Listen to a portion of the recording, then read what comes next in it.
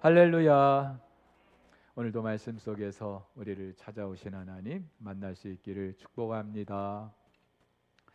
흔히 우리는 인생을 산에 오르는 것으로 비유합니다. 더 정확히 말씀드리면 내가 인생에서 이뤄야 될 목표가 있고 또 그 지점까지 이르기 위하여 끊임없이 산을 오르듯 그렇게 인생을 살아가는 것이죠.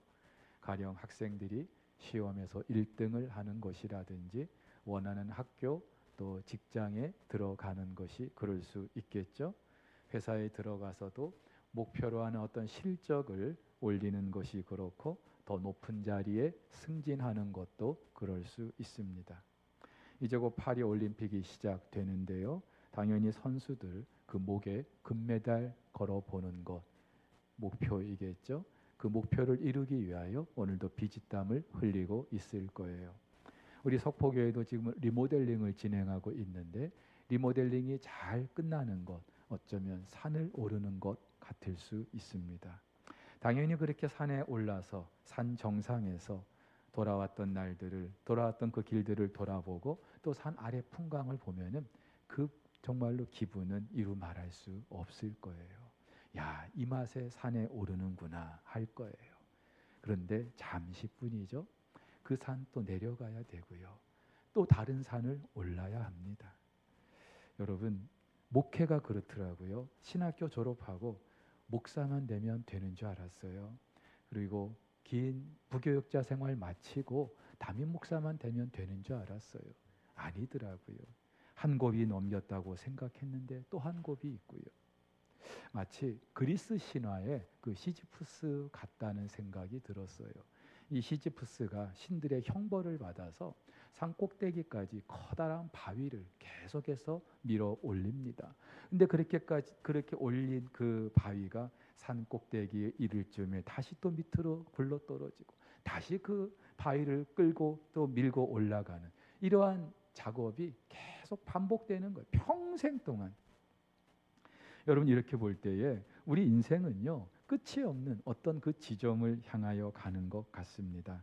무엇보다도 종종 길을 잃을 때가 있는 것 같아요. 어디로 가야 될지 막막하고 보이지도 않고 그렇게 잘 보였던 길이 없어진 것 같고 그리고 매일매일 내가 하고 있는 이 일이 도대체 내 인생에 어떤 의미가 있는지 모르겠고 의미가 없다고 생각될 때도 있습니다. 부모가 되는 것이 그렇다고 생각이 돼요. 결혼한 부부가 아이를 갖는 것, 인생의 또 다른 목표죠. 그리고 올라야 할 정상일 수도 있습니다. 그리고 그것은 분명 새로운 세계를 경험하는 축복이기도 합니다. 그런데 아이를 갖는 그 순간부터 끝없는 여정을 계속해야 합니다. 적어도 한 10년 가까이 그 육아의 그런 힘든 과정을 지나고 나면 좀 쉴만 할까요? 그렇지 않아요. 그 아이가 자라는 그 과정 하나하나, 구비 하나하나 부모의 손길 안 닿는 데가 없습니다. 다 커서 결혼하고 시집장가 가도요. 부모는 부모인 거예요. 그래서 부모로서의 그 역할을 감당하는 이 여정은 어쩌면 산을 오르는 것과는 비교할 수가 없는 부모 자신이 죽어야 그 사명이 끝나게 되는 그런 일임을 알게 되죠. 여러분 이렇게 볼 때에 우리 인생은요 산을 오른다라기보다는 광야 끝없는 사막을 지나는 것 같을 때가 있습니다. 그리고 우리는 절대로 인생을 산을 오르듯 그렇게 살 수 없다는 사실을 깨닫게 되죠. 이스라엘 백성들이 그랬어요. 400년 종살이하고 극적인 출애굽하게 됩니다. 그리고 이제 드디어 약속의 땅 가나안을 향해 갑니다. 어쩌면 이스라엘 백성들에게 그 가나안은 그들이 올라야 할 산 정상일 수도 있습니다. 그러나 여러분 이 백성들이 그 지긋지긋한 애굽 생활을 청산했기 때문에 그 가나안까지 되도록이면 빨리 가려고 하지 않았겠습니까? 이왕이면 좀 편한 길로 가려고 하지 않았겠습니까? 실제로 당시 애굽에서 가나안으로 가는 세 가지 길이 있었습니다. 지도에서 보시듯이 A, B, C로 나눌 수가 있는데요. A는 오늘 성경에 있는 블레셋 사람의 땅의 길입니다. 지중해 해안을 끼고 가나안으로 가는 길이 있어요. B는 예로부터 족장의 도로라고 알려진 족장의 길인데요. 사실 다른 길들에 비해서 좀 거친 그리고 좁은 그런 길입니다. 그리고 또 하나 C, 일명 왕의 대로라고 불리는, 성경에도 왕의 큰 길로 불리는 길입니다. 당시에 그 카라반들, 대상들이 이용했던 무역로였어요. 따라서 이스라엘 백성들이 애굽에서 이 가나안으로 가고자 할 때에 이들이 가장 빨리 그리고 좀 편하게 갈 수 있는 길은 적어도 A 아니면 C 둘 중에 하나였습니다. 그리고 이 길로 갈 경우 이집트에서 그 가나안까지 한 일주일 정도면은 갈 수 있었어요. 근데 오늘 성경을 보면은 하나님께서는 그렇게 출애굽한 이스라엘 백성들 그 길이 아니라 홍해의 광야 길로, 지도를 보시면은 저 아라비아 반도 끝에까지 내려오게 하셔서 굽이굽이 그렇게 광야를 지나게 하시는 거예요. 여러분, 상식적으로 이해가 되지 않습니다. 400년 종살이 하다가 이제 가나안을 향해 가야 되는데, 그리고 200만이나 되는, 그리고 여자들도 아이들도 또 노약자들도 있을 텐데, 이 큰 무리를 이끌고 가나안까지 가고자 한다면 이왕이면 좀 편하게 잘 닦인 길로, 그리고 빠른 길로 가고자 하지 않겠습니까? 그런데 왜 이스라엘 백성들이 이 홍해의 광야길로 가게 됐을까요? 길을 잃었기 때문은 절대 아니에요. 하나님께서 이 백성들을 그 길로 인도하셨다는 겁니다. 여러분, 광야는 어떤 곳입니까? 한마디로 사람이 살 수 없는 곳이에요. 먹을 것도 없고 마실 물도 없고. 성경을 보면은 광야는 사람이 살지도 못하고 다니지도 않는 그런 길이라고 말하고 있습니다. 게다가 지금 이 백성들이 그 광야에 들어섰어도 길만 있으면 될 텐데 길도 없어요. 광야에 무슨 길이 있겠습니까? 한 번도 가보지 못한 길을 지금 이 백성들이 가게 된 거예요. 자, 그렇다면 도대체 왜 하나님께서는 아무도 이해할 수 없는, 납득이 되지 않는 이런 방법으로 이 백성들을 인도하시는 걸까요? 성경에 기록된 대로라면 이 백성들이 그 맨 위에 A라는 그 길로 갈 경우에 전쟁을 보면 뉘우쳐서 다시 애굽으로 돌아가자 할까 싶어서였다고 합니다.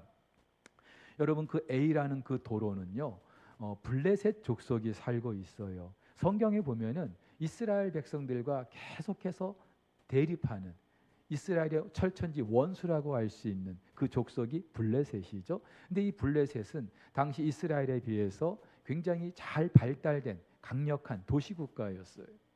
그리고 성경에서 이 가나안 땅을 일컬어서 거주민을 삼키는 땅이라고 말하는데, 그 말은 전쟁이 그치지 않는 곳이라는 거죠. 왜냐하면 그 땅이 비옥하기 때문에, 그 땅을 차지하기 위한 전쟁이 그치질 않기 때문에. 만약에 이스라엘 백성들이 그 길로 갔을 경우 400년 동안 종살이했던 이스라엘 백성, 전술도 없고 무기도 없는 이 백성들이 전쟁을 하면 아유 안 되겠다, 우리 다시 돌아가자 그럴까 싶어서 하나님께서 이 백성들을 그 길로 인도하지 않으셨다는 거예요. 하나님은 정확하게 이 백성들의 생리를, 체질을 잘 알고 계셨던 거죠.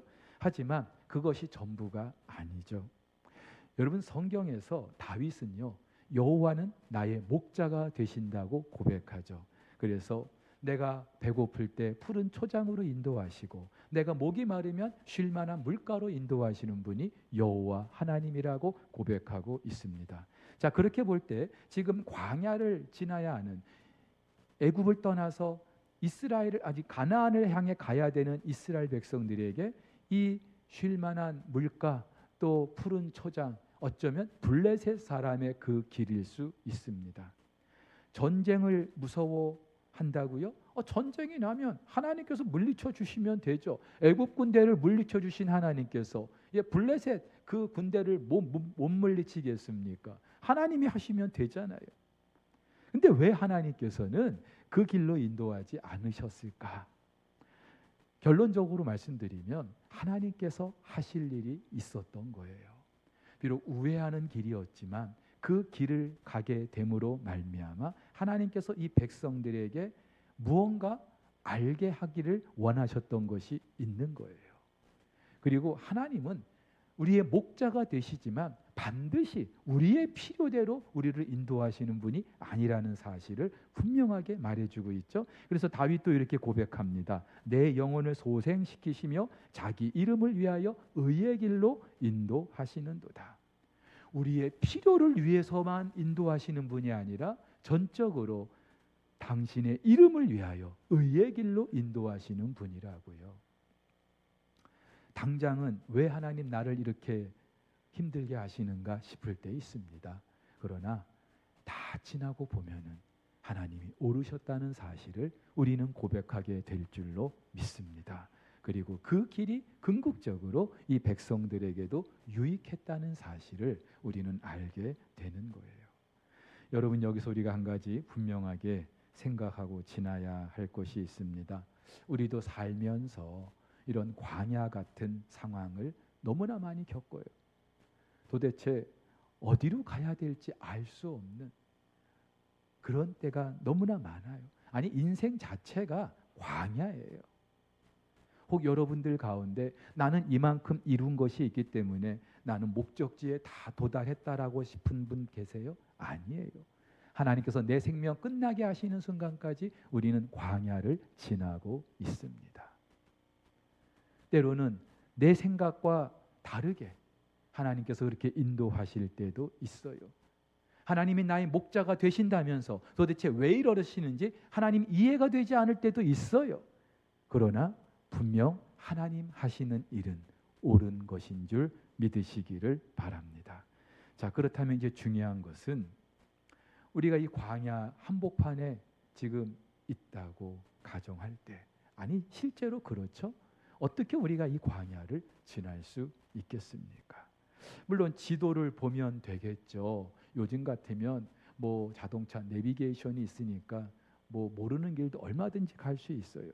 근데 지도가 없다고 한번 생각해 보시죠. 또 광야는요, 길도 없기 때문에 지도가 의미가 없어요. 그렇지 않아요? 길이 있어야 지도가 의미가 있는데 내비게이션 업데이트가 돼 있지 않다면 그 무슨 소용이 있겠어요? 제가 한 번은 휴가 때 가족들과 함께 좀 먼 길을 가게 됐어요. 가기 전에 내비게이션에 목적지를 입력하고 출발을 했는데 가다 보니까 화면에요, 길도 없는 산 한복판을 막 이 차가 지나고 있는 것이 보이더라고요. 업데이트를 안 했기 때문에 길이 새로 뚫렸는데도 이거 내비게이션이 그걸 감지 못하는 거예요. 여러분, 우리 인생 살다 보면 이렇게 황당할 때 얼마나 많습니까? 어떻게 해야 될까요? 산 정상을 오르는 것 같으면 그냥 무조건 위를 향해서 가면 돼요. 그런데 광야는 그렇지 않거든요. 어디로 갈지 모르는데 그때 어떻게 할 거예요? 오늘부터 한 주간 새벽 이제 부흥회 내일부터 시작합니다마는 사실은 오늘부터 시작하는 거예요. 광야에 있는 저와 여러분들, 광야를 지나는 저와 여러분들, 어떻게 이 광야를 지날 수 있을까? 오늘부터 새벽마다 함께 말씀을 좀 나눠보려고 하는데, 오늘 첫 번째는요, 광야에서는 철저하게 나침반을 따라가야 한다는 사실을 말씀드리고 싶어요. 이유가 있죠. 첫 번째는 이 나침반은 가야 할 방향을 우리에게 분명히 알려주기 때문이죠. 어떤 지역에서도 나침반의 그 바늘은 정북을 향해 있습니다. 그렇기 때문에 길이 없어도 그 나침반의 바늘을 보고 내가 어느 쪽에 있는지, 어느 쪽으로 가야 하는지 알 수 있습니다. 자, 그렇다면 지금 이스라엘 백성들, 광야에 들어선 이 백성들에게 나침반 역할을 하고 있는 게 뭡니까? 바로 불과 구름이었어요. 낮에는 구름 기둥으로, 밤에는 불 기둥으로 그 백성들의 길을 인도하셨다고 합니다. 글쎄요, 어떤 형태인지는 모르겠어요. 그러나 중요한 건 히브리어 원어에도 분명히 기둥이라고, 불 기둥이고 구름 기둥이라고 말하고 있습니다. 그리고 그것이 어떤 형태인지는 모르지만 이 이스라엘 백성들이 분명히 그것을 보고 알 수 있을 만한 것. 그래서 하나님께서 출애굽한 이스라엘 백성들을 그 불과 구름으로 길도 없는 그 광야를 지나게 하시면서 인도하셨다는 거예요. 비록 이 백성들이 광야에 들어섰어도 그 하나님의 불과 구름이 있었기 때문에 이들은 그들이 가야 할 방향을 분명히 알 수 있었던 거죠. 무엇보다도 그 하나님은 이 백성들 400년 종살이했던 그 애굽에서 나오게 하신 분이에요. 그리고 이 하나님은요, 이 백성들 분명히 가야 할 목적지를 정하고 가나안으로 이 백성들을 지금 인도하고 계셔요. 그렇다면은 그 중간 이 광야를 지나고 있다 할지라도 이 백성들은 그 불기둥, 구름 기둥만 따라가면은 그들이 가야 할 그 가나안에 들어갈 수 있었던 거죠. 고생은 했죠. 시간도 40년이나 걸렸어요. 한 달이면 갈 수 있는 그 길을 40년이나 걸렸어요. 근데 이것도 하나님이 잘못해서가 아니죠. 그 백성들의 죄와 허물 때문입니다. 근데 중요한 사실은 여러분 그 40년 광야 기간에 한 번도 하나님의 불기둥과 구름기둥이 그들을 떠난 적이 없다는 사실이죠. 이 백성들이 시내 광야에서 금송아지를 만들어서 금송아지를 향하여 이것이 우리를 애굽에서 인도해낸 우리의 여호와다 그렇게 외칠 때에도 하나님께서는 그들을 떠나지 않으셨어요. 가데스 바네아에서 12명의 정탐꾼을 보내고 다시 우리 애굽으로 돌아가자라고 할 때에도 하나님은 그들을 떠나지 않으셨어요. 그렇게 하나님께서는 한순간도 그들을 떠나지 않으시고 불과 구름으로 그들을 가나안까지 인도하신 줄 믿으시기를 바랍니다. 자, 그렇다면 여러분, 이스라엘 백성들에게 이 불과 구름이 나침반 역할을 했다면 오늘 저와 여러분들에게는 무엇이 내 인생의 나침반 역할을 할 수 있겠습니까? 뭐 길게 고민할 것도 없죠. 하나님의 말씀인 줄 믿으시기를 바랍니다. 시편 기자가 고백하죠. 주의 말씀은 내 발의 등이요 내 길의 빛이라고요. 이걸 영어 성경으로 보면 좀 더 정확하게 알 수 있어요. 여기서 말하는 등을 램프라고 번역하고 있고요. 그리고 빛, 라이트. 내 길을 비춰주는, 깜깜하지만 어디로 가야 될지 내 길을 비춰주는 그 역할을 하는 것이 하나님의 말씀이라고요. 사실 2024년 6개월이 지났습니다. 그런데 여러분 중에 2024년을 살아보고 사신 분 아무도 안 계셔요. 아무리 연세가 있고 삶의 연륜이 있다 하신 분이라 할지라도 2024년 살아보고 지금 사신 분 아무도 안 계세요. 누구에게나 우리의 일상은 하루하루는 초행길이에요. 근데 가보지 않은 그 초행길 우리가 어떻게 뭘 믿고 그렇게 한 발 한 발 내디딜 수 있겠습니까? 감으로, 내 경험으로? 여러분 우리 인생은요 절대로 그런 감이나 그런 경험이 통하지 않아요. 생각해 보세요. 광야 한복판에서 어떻게 자기 인생의 그 연륜을 가지고 길을 갈 수 있겠단 말입니까? 이때 하나님의 말씀이 저와 여러분들의 갈 길을 인도하는 그런 나침반이 되고 불과 구름이 되는 줄 믿으시기를 바랍니다. 근데 착각하는 분들이 있어요. 그럼 하나님 말씀대로 내가 살면은 나도 부자 되고 성공하고 출세할 수 있나 보다. 그렇게 우리가 생각할 수 있어요. 뭐 그럴 수도 있겠죠.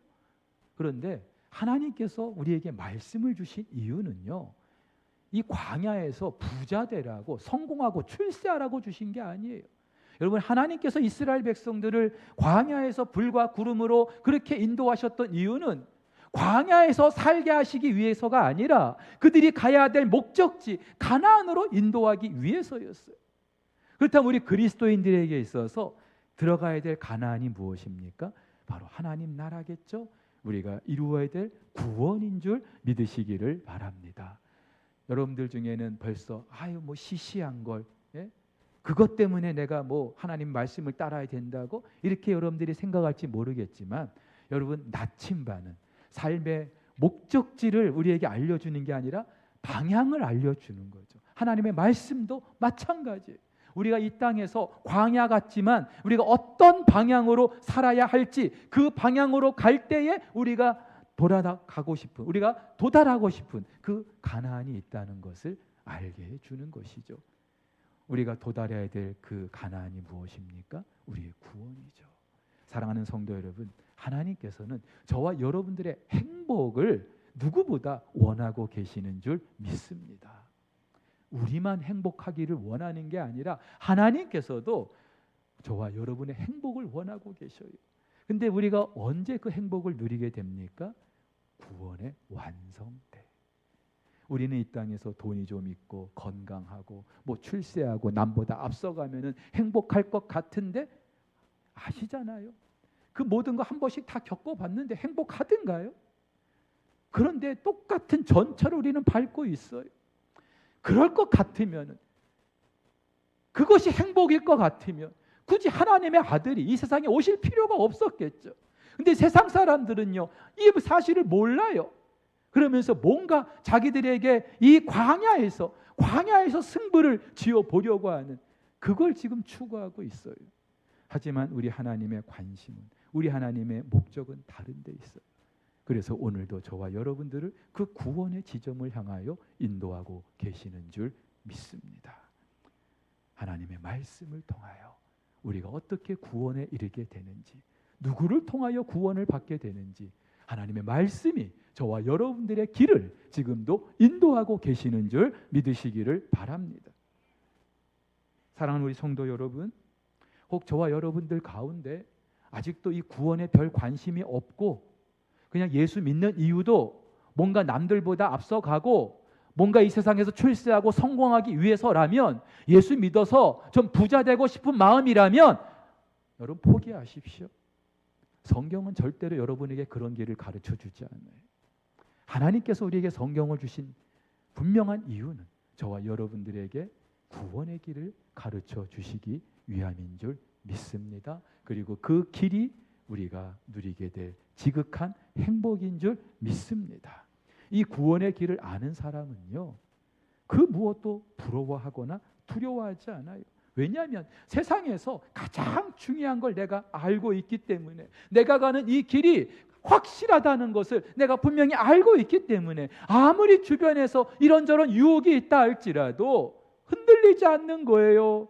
세상에 믿지 않는 사람들이 나보다 더 잘 나간다 할지라도 부러워하지 않을 수 있는 이유는 우리에게 이 구원의 길이 있기 때문인 줄 믿으시기를 바랍니다.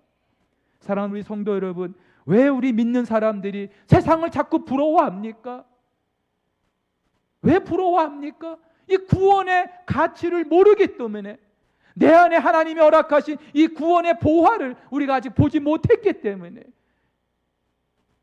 사랑하는 우리 성도 여러분, 아직도 여러분들이 세상이 더 부럽고 뭔가 여러분들이 가지지 못했고 누리지 못한 것 때문에 불행하다고 생각하시면 다 내려놓고 이 구원을 더 알아가려고 여러분들이 몸부림할 수 있기를 주의 이름으로 축복합니다. 바로 그 기쁨을 하나님의 말씀이 알게 하신다는 거예요.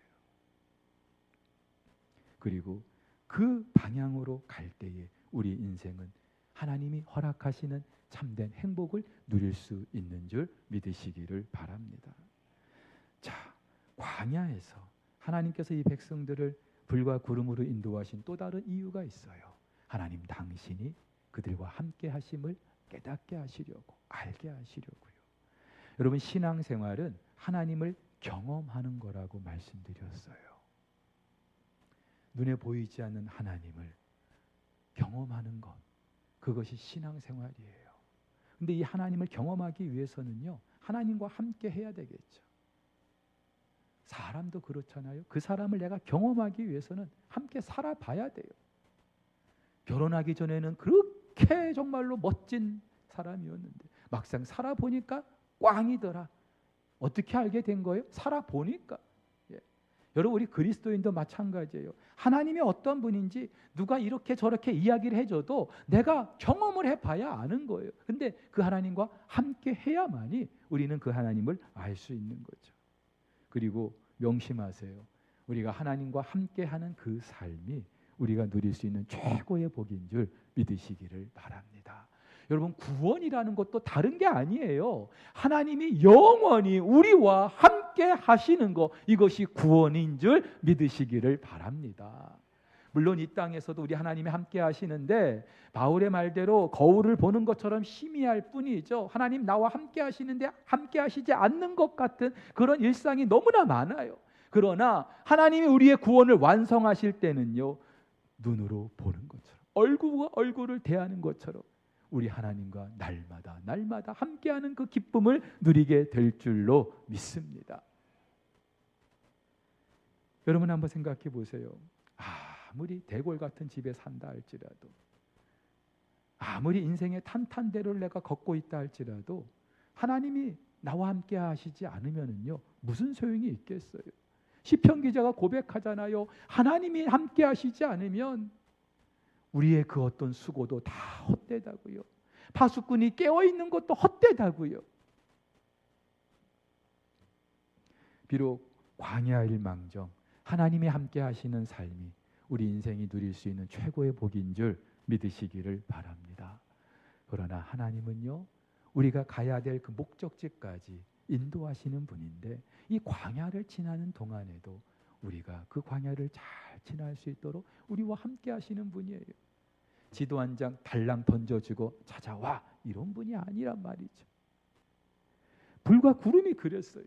여러분 사막을 걷다 보면은요 낮에는 내리쬐는 그 땡볕이 얼마나 그런데 그 구름이라도 띄워져 있다고 한번 생각해 보세요. 제가 성지 순례를 갔을 때 이집트에서 이스라엘까지 그 출애굽 여정을 버스를 타고 이동할 기회가 있었어요. 물론 지금은 이제 아스팔트가 다 닦여져 있었지만 그 버스를 타고 오는 내내 이스라엘 백성들이 이 길을 걸어서 왔겠구나 생각하니까 어떻게 그럴 수 있었지? 그런데 또 한편으로 저희가 이제 피라밋이 있는 그 기자 지구라는 곳에 가게 됐어요. 근데 마침 큰 구름이 우리가 머물고 있는 그 하늘 상공을 가리고 있는 거예요. 얼마나 시원한지요. 그 그늘만 지나면은 땡볕인데 그 구름이 우리를 덮어주니까 그렇게 시원할 수가 없는 거예요.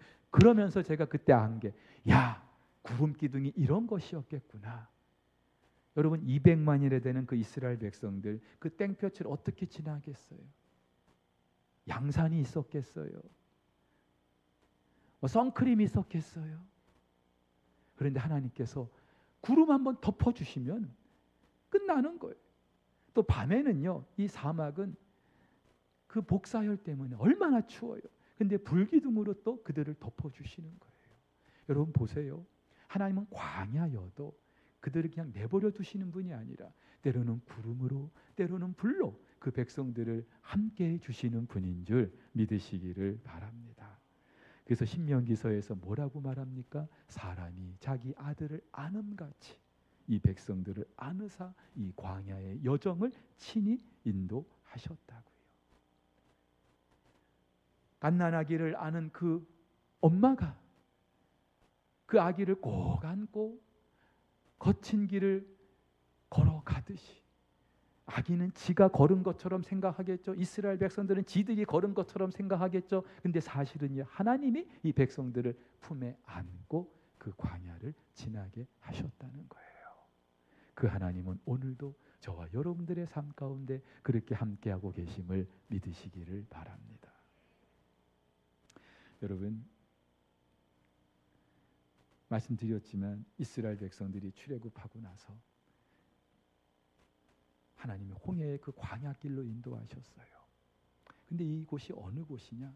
앞에는 홍해가 가로막혀 있고 믹돌이라는 곳인데요. 깎아지른 절벽 그 사이에 지금 이 백성들이 오게 된 거예요. 전술을 조금이라도 아는 분들은 이런 곳에 진을 치지 않죠. 더군다나 지금 애굽 군대가 뒤쫓고 있는 그런 상황이에요. 완전히 도간에 든 쥐예요. 그런데 하나님은요, 보세요. 길이 없는 이 상황에서 홍해를 갈라서 길을 열어주신 분인 줄 믿으시기를 바랍니다. 여러분 이 백성들은 천연 아쿠아리움을 경험했을 거예요. 그 광야 그것도 아니 사막 바다 한가운데 그것도 젖은 길이 아니라 마른 길을 지났다고요. 그러면서 좌우에 그 바닷물이 벽이 되어 있는 아쿠아리움을 지난 거예요. 그러면서 이 백성들이 어떤 생각을 했을까요? 이야, 하나님은 정말 대단한 분이구나. 길도 없는 이 바다에 길을 내시는 분이구나. 이 백성들이 또 신광야라는 곳에 도착을 했습니다. 먹을 게 없는 거예요. 광야에 뭐 먹을 게 있겠어요. 그런데도 하나님께서는 하늘을 열어서 만나를 내려주시고 이 백성들을 먹여주십니다. 물이 또 없었어요. 그런데 하나님 반석을 쳐서 물을 내게 하셨어요. 여러분 한번 생각해 보세요. 그 200만이나 되는 이스라엘 백성들을 먹이기 위해서는요, 쫄쫄쫄 수돗물 가지고 안 될 거예요. 아마 강이 흘러야 될 거예요. 그래야 그 200만 그 이스라엘 백성들이 목을 추일 수 있었을 거예요. 사랑하는 우리 성도 여러분, 하나님은 우리가 상상하지 못할 그런 방법으로 이 백성들을 인도하셨어요. 그 하나님이 이 백성들을 가나안으로 지금 이끌고 가시는 거예요.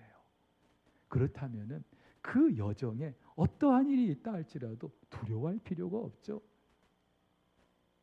그들의 정체가 분명하고 가야 할 목적지가 분명한데 무엇보다도 하나님의 불과 구름이 이 백성들을 인도하고 있다면 이 백성들은요, 두려워할 이유가 없는 거예요. 사랑하는 우리 성도 여러분, 우리 그리스도인의 삶이 이런 줄 믿으시기를 바랍니다. 우리가 왜 걱정합니까? 왜 염려합니까? 광야에서 좀 살아보려고, 광야에서 승부해 보려고 하기 때문에 걱정과 염려가 떠나지 않는 거예요. 하지만 여러분 착각하지 마세요. 하나님께서 우리 가운데 이루실 일은 하나님 나라이고 구원이고 광야는 지나는 것뿐이에요. 그런데 이 광야를 지난다 할지라도 하나님은 우리의 삶을 불과 구름으로 인도하시는 분인 줄, 보호하시는 분인 줄 믿으시기를 바랍니다. 광야 살기 힘들죠. 그래서 누구라도 광야 피하고 싶죠. 이왕이면 좀 탄탄대로 시원하게 뚫린 길 가고 싶지 않겠어요? 하지만 이 백성들이 광야를 지나는 동안 한 번도 그 백성들을 떠난 적이 없다는 사실, 여러분 꼭 명심하시기를 주님의 이름으로 축복합니다. 미국의 그 프리스턴 대학교 수학과 교수 허준희 교수라는 분이 있어요. 지난 2022년 수학의 노벨상으로 불리는 필즈상을 수상한 분인데 얼마 전에 유퀴즈라는 그런 예능 프로그램에도 출연한 적이 있습니다. 근데 이분이 그 필즈상을 수상하고 귀국길에 했던 인터뷰가 화제가 되는데 이렇게 말했다고 해요. 내가 걸어온 구불구불했던 길이 내게는 가장 좋고 빠르고 최적의 길이었다라고 말이죠. 이분 올해 40밖에 안 됐어요. 그런데 뭐 지나온 인생 구불구불했다. 솔직히 우리 어르신들한테는 별로 공감이 안 돼요. 그렇죠? 한 70년, 80년 살고 나서 내 인생 구불구불했다 그러면 또 몰라도. 근데요, 우리는 결과만 놓고 야, 이분 참 대단하다, 어떻게 그 엄청난 일을 이뤘지라고 생각하지만 그 짧은 인생을 지금까지 살아오는 동안에도 자기의 삶을 돌이켜보니까 구불구불했다는 거죠. 자기 마음먹은 대로 안 됐다는 거죠. 여러분 이분 서울대 나오고요, 우리하고는 비교가 안 되는 그런 학벌을 가지고 있는데도 자기의 지나온 길을 그렇게 표현을 합니다. 근데 이분이 자기의 지나온 길이 구불구불했다고 그렇게 고백을 하는데, 그러면 앞으로 자기 인생 이제 뭐 그 상도 받았고 사람들이 알아주는 그런 자리에 올랐기 때문에 이제부터 내 인생은 탄탄대로라고 생각하고 있을까요? 천만에요. 그렇지 않을 것 같아요.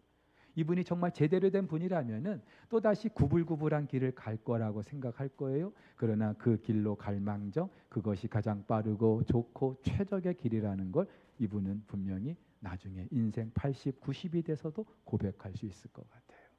사랑하는 우리 성도 여러분, 저와 여러분들의 삶이 그렇습니다. 이해되지 않는 그런 상황도 있었고요. 도저히 감당하기 힘든 그런 상황도 있었을 거예요. 광야가 그런 곳이에요. 여러분 광야에 있다는 사실을 잊지 마시고 광야가 어떤 곳인지도 잊지 마시고, 그러나 한 가지 분명한 것, 하나님께서 여기까지 인도해 오셨고 힘들고 어려웠어도 그 하나님은 나를 한 번도 떠난 적이 없으시다는 사실, 여러분들이 마음 중심으로 고백할 수 있기를 예수님의 이름으로 축복합니다. 그렇다면 앞으로 내 남은 인생도 하나님의 불과 구름을 따라서 살아가야 되겠구나, 우리는 다시 결단할 수 있는 거예요. 저와 여러분 하나님의 부르심을 받는 그 순간 내 지나온 인생 구불구불한 광야길이었어도 나는 행복했습니다. 하나님이 나와 함께 하셔서 나는 정말 행복했습니다. 그리고 하나님이 내 목자가 되주셔서 나는 아무런 부족함이 없었습니다. 그렇게 고백할 수 있게 되기를 예수님의 이름으로 축복합니다.